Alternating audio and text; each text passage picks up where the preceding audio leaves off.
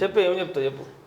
మన చంద్రబాబు ఆడ తెలుగుదేశం పార్టీ రావంగానే ఇక్కడ రేవంత్ రెడ్డికి మన తెలంగాణ ఒక అన్యాయం జరిగింది. ఆయన పేరు ఆదిత్యనాథ్ దాస్, చీఫ్ సెక్రటరీ. నిన్న మనం చదువుకున్నాం కదా, మన ఇరిగేషన్ డిపార్ట్మెంట్ సలహాదారుగా వచ్చిండు.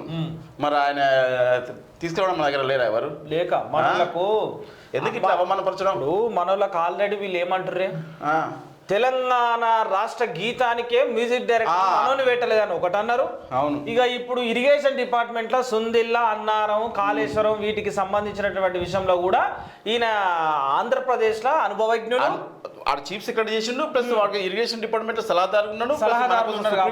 వాళ్ళ కోసం సుప్రీంకోర్టు పోరాడినాడు కాబట్టి ఆయన తీసుకొచ్చి మళ్ళా ఈయన ఇక్కడ పెట్టించారు. అంటే మళ్ళీ వాళ్ళకి సాధ కాదని చెప్పి ఈయన లీక్ వీరుడు అన్న, ఈయన లీక వీరుడు. ఆడ జగన్ ప్రభుత్వంలో ఉండి ఆయన గ్రీక్ వీరుడు, ఆయనకు చంద్రబాబు పట్టుకున్నాడు. చంద్రబాబు గ్రీక్ వీరుడు, ఈయన లీక్ వీరుడు.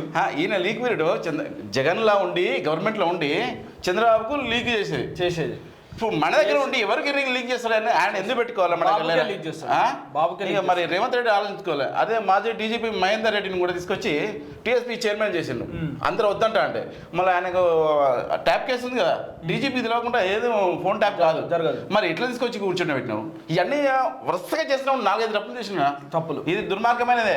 ఇది కాంగ్రెస్ పార్టీ విషయంలో మాత్రం నిజంగా ప్రజలు ఏరుకోరి తెచ్చుకున్నటువంటి కాంగ్రెస్ పార్టీ ఇట్లా చేస్తుంది, సైలెంట్ గా చేస్తుంది. సైలెంట్ గా చాప కింద నీరులాగా మొత్తం రాష్ట్రాన్ని నాశనం పట్టే దిశగా చేసేటువంటి పనులు చేస్తుంది. ఎట్లా చేస్తుందంటే, మొట్టమొదట నమ్మించి గొంతు కోసిందంటే 6 గ్యారెంటీల విషయంలో. అడిగిర్రా ప్రజలు? అడగలే. ఇప్పుడు ఆదిత్యనాథ్ అడగక ముందే 6 గ్యారెంటీలు మీళ్ళే ఇస్తాన్నారు. ఇస్తా అన్న మాటను నెరవేర్చుకోలేకపోయింది. ఒకటి. రెండవది, కాళేశ్వరం విషయంలో నిజంగా కేసీఆర్ తప్పు చేసి ఉంటే ఇన్ని రోజులు ఎందుకు తీసుకుపోయి జైలేండి? ఇన్ని రోజులు ఎందుకు?